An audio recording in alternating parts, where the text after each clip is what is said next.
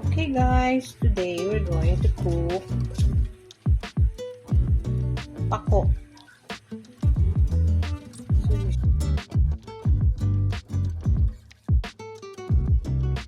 O ensalada.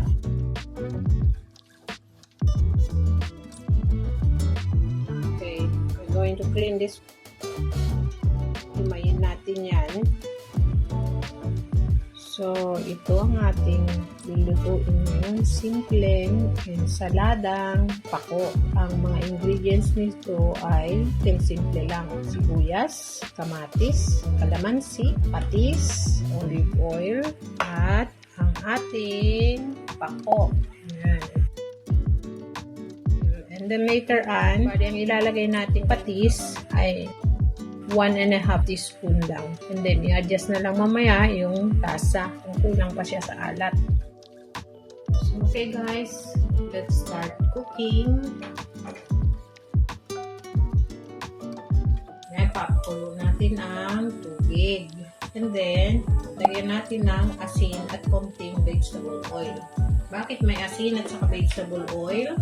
Para ma-preserve yung kulay ng ating gulay na green. Konti lang yung mantika. Small amount of oil.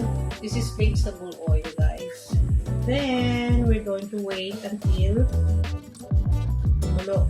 Then, after that, lalagay natin yung ating nalinisan at nahugasan ng pako. And cover this pan natin para mabilis kumulo.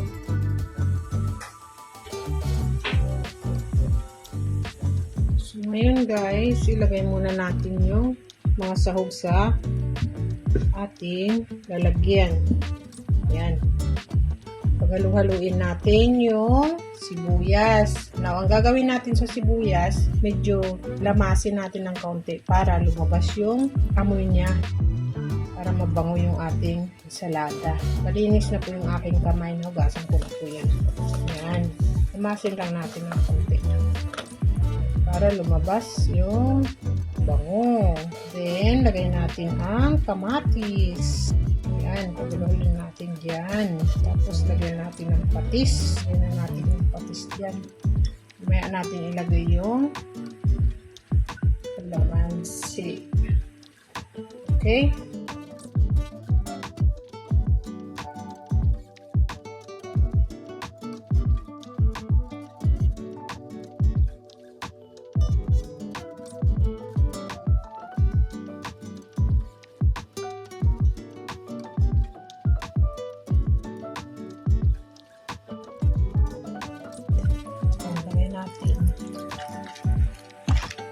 Ganyan.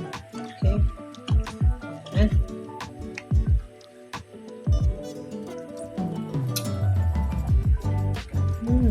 Yummy.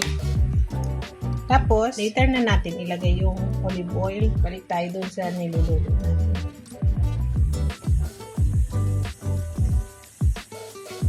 Ayan. Oh my goodness.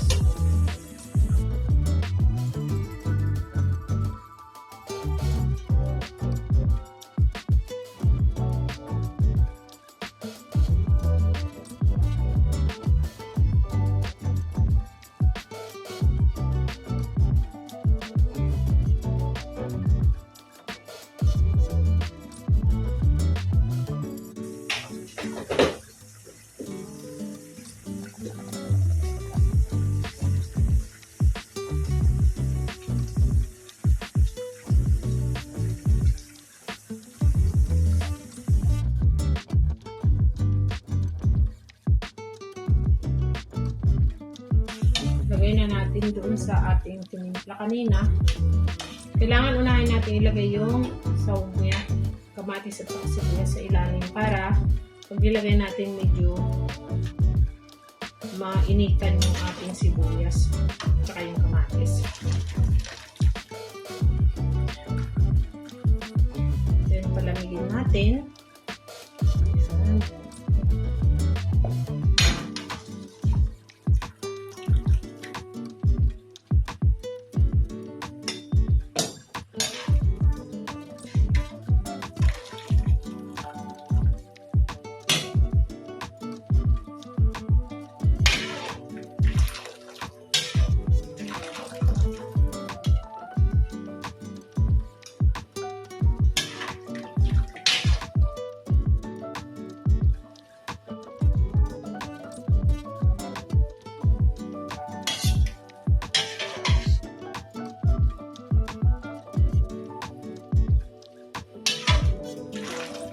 gagawin natin nito, palangin natin. Ang ginagawa ko, nilalagay ko siya sa freezer. Siguro mga 3 minutes, mga ganun. Okay. That's it. So, ito na siya guys. Haluin natin. Ayan. Haluin natin.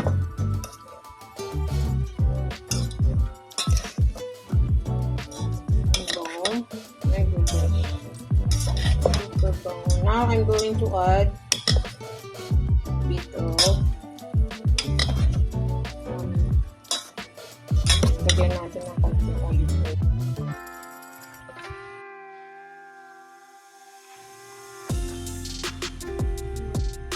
My goodness, super yummy.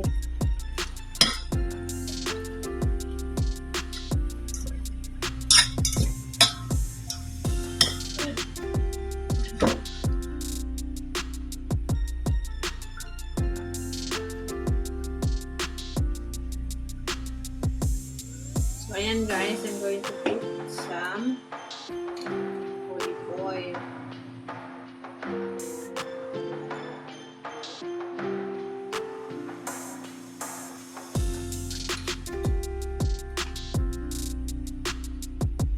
Then, kalamansi. Bigaan natin ang kalamansi. Huwag masyadong marami yung kalamansi kasi ang magiging resulta niyan pag nasubukan ng kalamansi, magiging yellow yung yung gulay, which is kaaya-ayan tingnan. 1 or 2 medium size kalamansi is enough.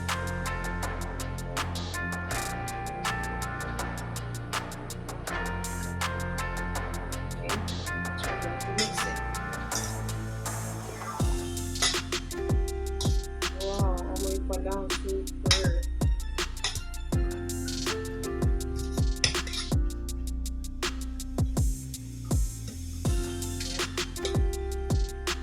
So, okay na yan.